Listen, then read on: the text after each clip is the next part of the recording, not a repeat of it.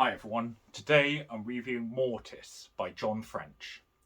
So this is book 5 in the Siege of Terra series. We're really coming to the final moments now. The walls are coming under their final pressure. We've seen Horus and his forces get closer and closer as he tightens his grip. And now he sends the Titans of Legio Mortis to finish the job. So this book then progresses the battle, obviously, and the walls finally going to come down and the traitors are going to break through. So the story of this one is really centered around that, the breaking down of Terra's walls. Whilst doing that, it revisits many of the characters that we've met along the way, from Primarchs, the Guardsmen, Katsuhiro, Amon Taromachian, Rogel Dawn, John Grammaticus, and more. The book also includes, unlike the other Siege of Terra books, a focus on the Titan legions.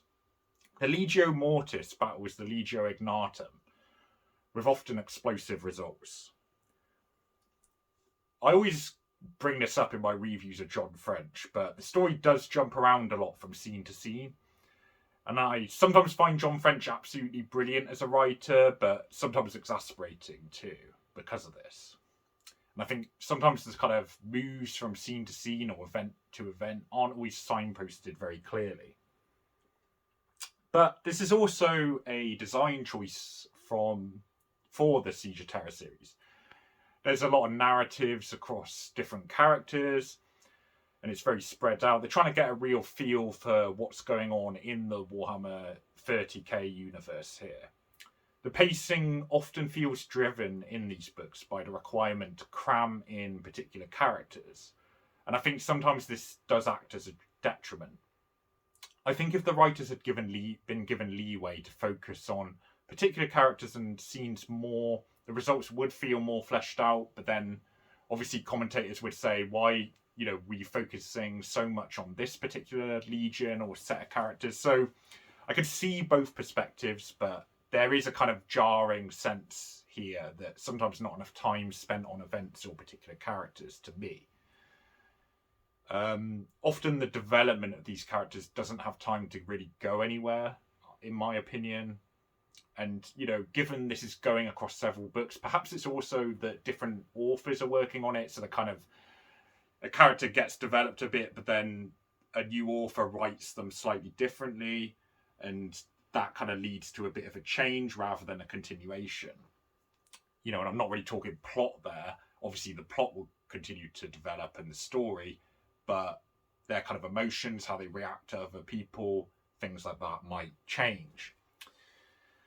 But, some characters that we know and love or hate, John and Ol, Rogel Dawn, some of them were done well, and I think what we know from previous books did sort of remain very similar or the same, but some felt like a missed opportunity, such as Shiban Khan, hope I can't pronounce that correctly, or Basilio Foe. I don't think they were really explored extensively enough or in any sufficient depth to hold meaning, even though, their kind of actions or interactions were kind of on the face of it quite interesting, but I think there is more potential there. With Shiban, I think his relationship with Cole could have been done really well. Not that it wasn't lacking emotion, but I just felt it could be fleshed out even more.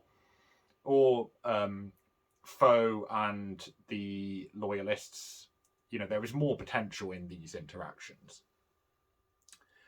So obviously the setting is the one we've seen over the last few books, and it focuses especially on the Mercury wall, which the Legio Ignatum valiantly fights to hold.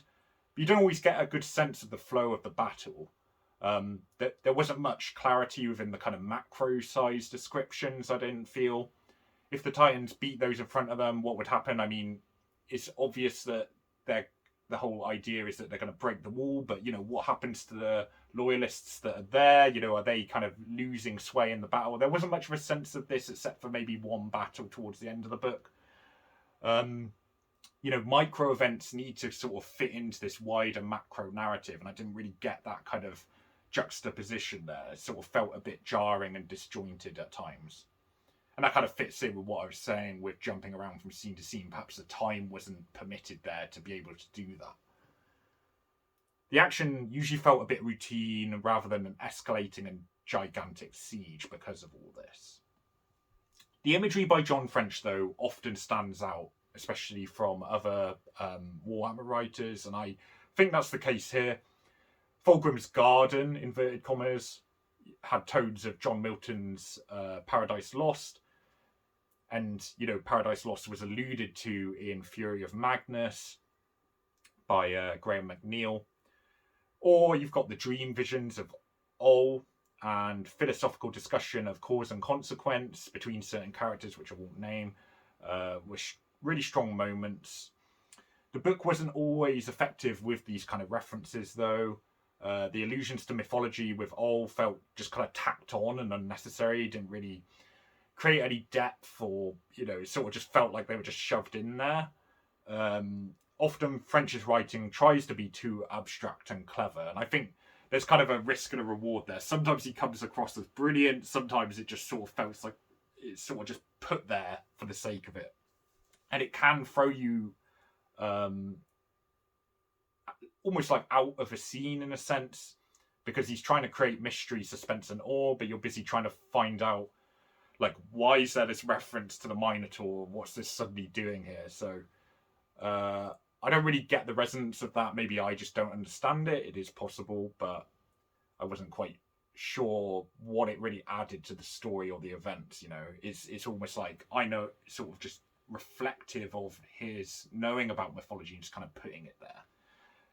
Maybe it's to try and allude to these stories actually almost being factual, inverted commas, within the Warhammer background, but I just think if it doesn't add to the story or the plot, leave it out. I still think reference points and clarity are still needed to bring out the kind of emotions that I just mentioned, mystery, suspense, and awe, and it's not accomplished by this rapid jumping from different characters and scenes. The shame is that the imagery potential that John French has is clearly really capable and probably above many authors, but with this kind of approach, the imagery never really has time to develop and have a huge impact on the writing. So in terms of readability, by this stage, the books are really relevant and reliant on prior characters and events. There's a lot of references that one wouldn't really get, or what's the significance of X or Y character, you wouldn't know if you haven't read the past books, but I doubt many people are kind of just stepping in here. I've done a video on which Horus Heresy books to start with. Go watch that if you need a guide. There's a lot of references: Blackstone, Selenar, Pariahs. You need to know what Warhammer's about to know what these mean. So in terms of final score, my overriding issue is that I feel Mortis tries a bit too hard to be clever at times. Rather than getting the fundamentals right of building tension and action up, it moves on to other scenes too quickly, and before the groundwork's been laid well to achieve those fundamentals. The pacing of the story feels flawed, but there are some twists and turns which, although it didn't always feel completely effective, they do help to make it a readable book. Along with John's brilliant imagery, it perhaps saves the book somewhat from being average, but it probably just slips away from being an average score. It's not his strongest work, but it is readable, and for that reason I'm giving it a 6 out of 10. I'm reviewing all the Siege of Terra books. Like and subscribe if you want to see more, and thanks for watching. Cheers.